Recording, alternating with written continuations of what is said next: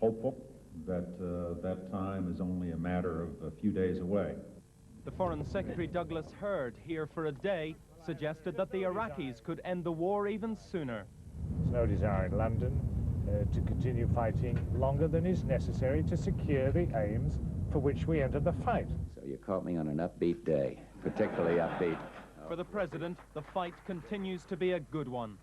I know that all Americans took great joy in the beginning of the liberation of Kuwait City, but the liberation of Kuwait, the country, is almost complete. And meeting Mr. Hurd, the President paid tribute to Britain's role in that liberation. One of the things that has meant a great deal to the American people and to this President has been the steadfast, close cooperation with the United Kingdom. It's deep and it's profound, and it's a manifestation of a relationship that all of us in this country treasure, and if anything, it's even stronger than it has been. The old Allies' immediate problem, how to force Iraq to comply with the UN's wishes. Iraq won't be allowed to bargain for a ceasefire, but it may never agree to a surrender. As the Allies press for that, the pressure is growing on them to end this war quickly. Bill Neely, News at 10 at the White House. Baghdad has come under heavy Allied bombing again tonight. One American report said the presidential palace had been hit. As Edward Sturton reports, there's been no let-up for the Iraqi people. Reports from Baghdad are subject to Iraqi censorship. Correspondents in Iraq are restricted to areas approved by the Iraqi authorities.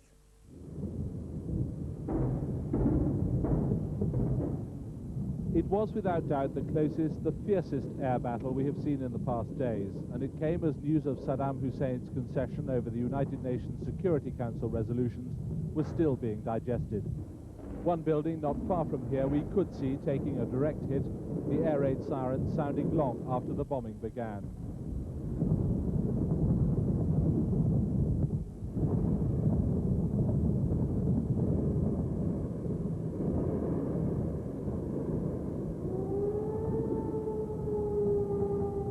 Saddam Hussein, who today, according to Baghdad Radio, held meetings with his closest advisors, has accepted two central UN resolutions, abandoning claims to Kuwait and accepting responsibility for war reparations, evidence of how anxious he is to end the fighting. The flooding on the streets of Baghdad this morning was yet another reminder of the damage that has been done to Iraq, this the impact of a day and a night of rain on a city without a functioning drainage system. No power either. We were this morning taken to see some of the substations that used to distribute electricity to the city.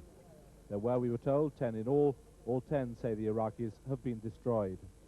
But the battle to influence the minds of the Iraqi people is, unlike the battle in the field, delicately poised. The Allies are of course anxious that the blame for what has happened should fall on the shoulders of Saddam Hussein.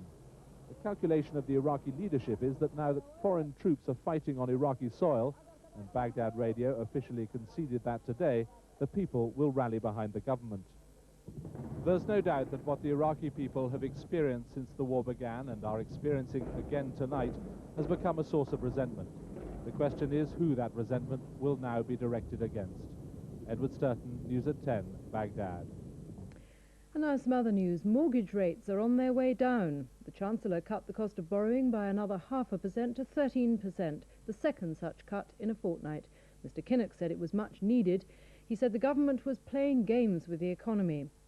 The lower mortgage rates, generally 13.75%, will apply from April.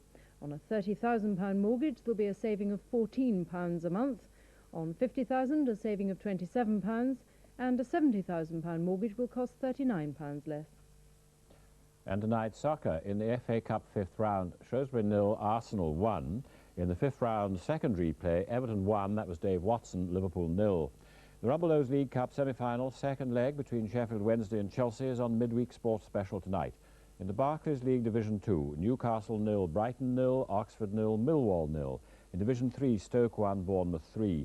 In Division 4, Maidstone 5, Mark Gall got 3 of them, Halifax 1. In the Tennent's Scottish Cup fourth round replay, Hamilton 2, Ayr 3. The B&Q Scottish League Premier Division, Motherwell 1, that was Davy Cooper, Dunfermline 0. In Division 1, Clydebank 2, Falkirk 2.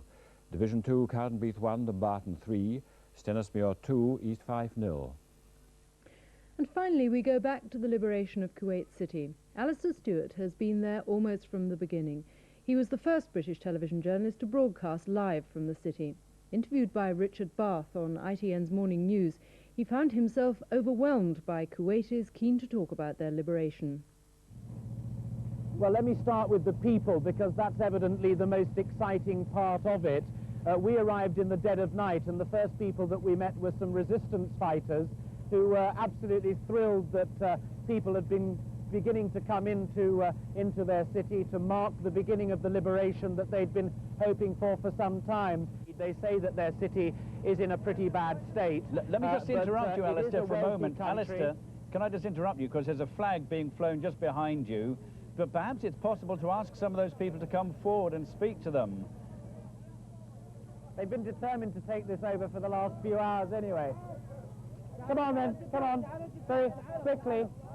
It's actually a family photograph that's being taken here instead. Okay. We'll take this off. This is independent television news in London. I am very happy now. What the people want to hear in London is how you feel. Yes, okay. One at a time, okay. Okay. Allahu Akbar! Allahu Akbar! Allahu Akbar! Allahu Akbar! Yes, Saddam! Yes, Saddam! Yes, Saddam! Yes, if you can still hear us, Richard, we're going to have to leave it there now because we have to move on as well to another location. But from Kuwait City, this is Alistair Stewart for ITN, of course. Now that's the news at 10 tonight. As usual, there'll be more news on ITV and on Channel 4 later. From News at 10 now, good night.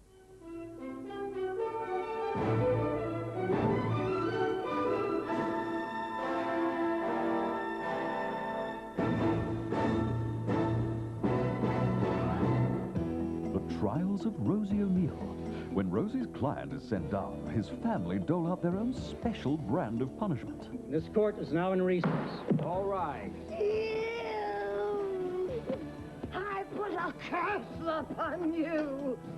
I know how you must feel. This is a terrible curse. Terrible. She is a very powerful woman. Very powerful. The Unpredictable Trials of Rosie O'Neill, Friday nights on Central. Derby is our next port of call for our continuing coverage of the Pearl Assurance British Snooker Open. That's after weather and Central News.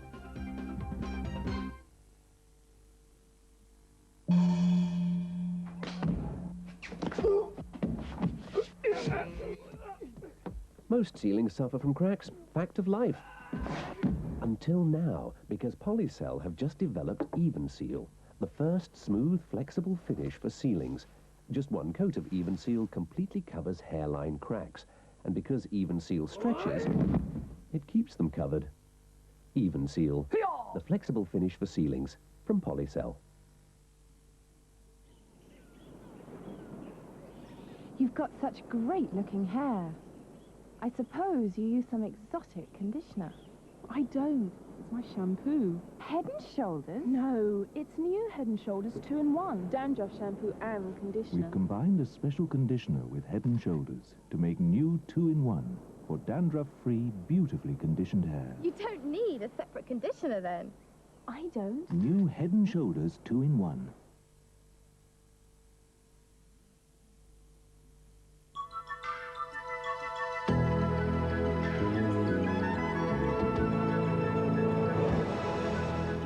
Good evening. Well, there has been a fair amount of cloud around today, although brighter in the west. So straight away, let's try and pick up on that cloud action by running the UK sequence. And there goes. We've a rather angry-looking wedge of cloud travelling eastwards and grinding to a halt over the east, although there were some clear slots for the west. So moving on to tonight, and it's a rather cold night in the offing. Temperatures between 2 and 4, so above freezing, but just cold enough for a touch of frost. So obviously watch out for icy roads, and there could well be some fog lingering on, particularly so in the east.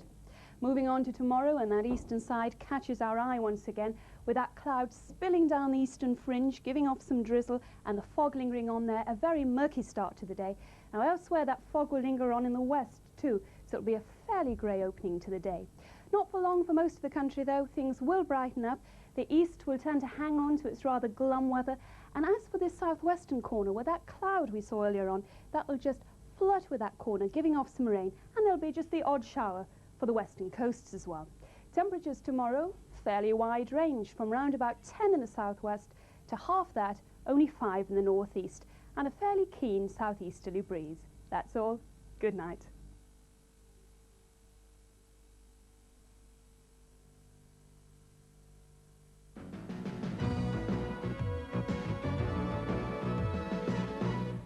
Good evening from the Central newsroom.